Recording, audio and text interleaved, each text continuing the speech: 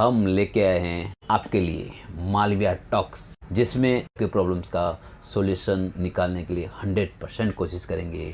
Subscribe करें, like करें, comments करें और बेल आइकन दबाना ना भूलें।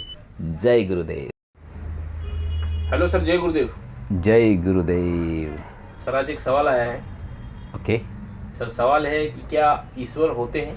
अगर ये ईश्वर पे 1000 बार किसी को लोगों को समझाओगे तो भी कम है। 1000 लाख बार भी, करोड़ों बार भी समझाएंगे तो भी उसमें समझ में कितना आएगा कितना नहीं आएगा कोई पता नहीं है। क्योंकि ईश्वर है या नहीं है ये मेरे को समझने के लिए 20 साल लगा। कितना? सेवा साधना सत्संग, सेवा साधना सत्संग, मेडिटेशन, ये वो सब, तब जाके मेरे को ये मालूम पड़ गया कि ईश्वर है या नहीं है। तो ईश्वर के बारे में हम क्या किसी को समझा सकते हैं, कैसे समझा सकते हैं? ईश्वर का मतलब है जो कभी नष्ट नहीं हो जाता है, नहीं होता है, जो कभी नष्ट नहीं किया जा सकता है, जो ना तो कभी पैदा होता है ना कोई मरता है, वो ईश्वर है। जो कभी नष्ट नहीं होता है, जो कभी खत्म नहीं होता है, वो ईश्वर है। पहले तो ये जानना है। तो इस दुनिया में ईश्वर को, इस दुनिया में हर जगह ईश्वर है, हर कण में ईश्वर है। आप में भी तो ईश्वर है। ये सवाल करने वाला वो भी तो ईश्वर है। देखो, शरीर का कुछ नाम हो सकता है, लेकिन सवाल आया कहाँ से? वो बोलने वाला कौन है? वो कहाँ से आया? वही तो ईश्वर की उपस्थिति है। ऐसी कौन सी जगह है जहाँ ईश्वर की उपस्थिति है नहीं?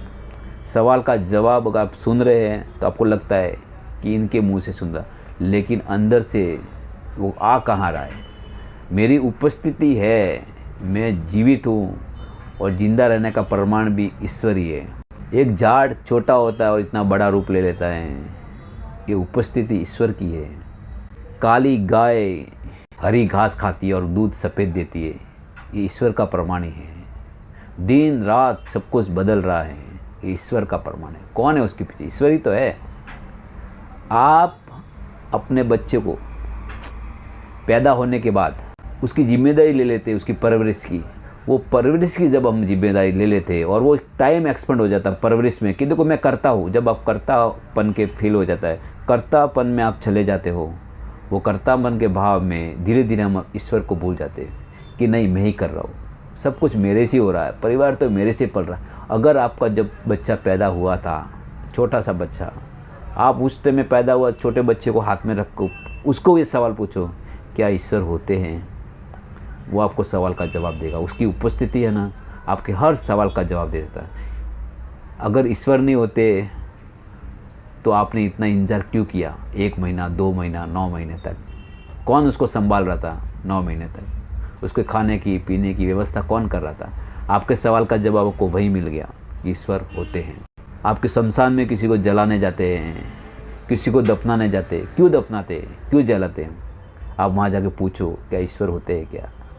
आपको वहीं मालूम पड़ेगा ईश्वर होता है, होते हैं। ऐसी कौन सी जगह है जहाँ ईश्वर नहीं है? नहीं होने का तो कुछ है ही नहीं, बात ही नहीं। ऐसी कौन सी जगह है जहाँ नहीं है? वो कण कण में है, हर क्षण क्षण में, हर पल पल में है। उनकी उपस्थिति को महसूस करना, यही ईश्वर है। जय गुरुदेव।